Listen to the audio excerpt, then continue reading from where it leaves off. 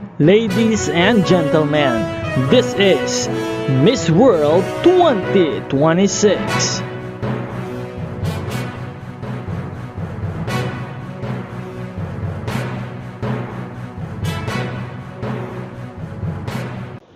Magandang araw Pilipinas, isang proud moment na naman para sa ating bayan.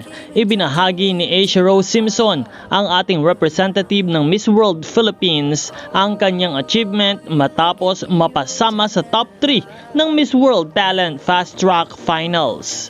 Ayon mismo kay Asia Rose, proud siyang ipinakita ang kanyang original dance piece na pinamagatang Sukor.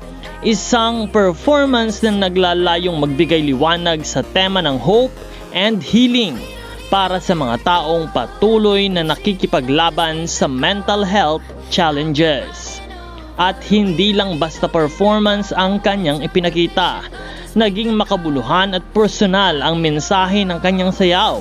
At ngayon, congratulations dahil ang kanyang dance performance ay top 3 sa Miss World Talent Fast Track Finals.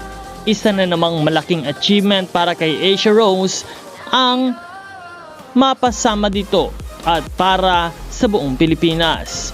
Ipinakita niya na ang talento ay hindi lamang tungkol sa galing, kundi maaari rin itong maging instrumento para magbigay inspirasyon, pag-asa at awareness. Again, congratulations Asia Rose Simpson. We are so proud of you. Mabuhay ang Pilipinas.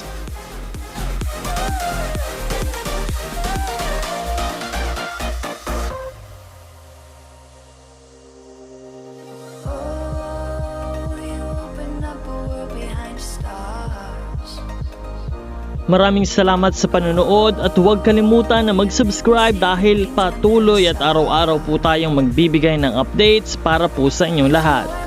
Magkita po tayong muli sa susunod na video.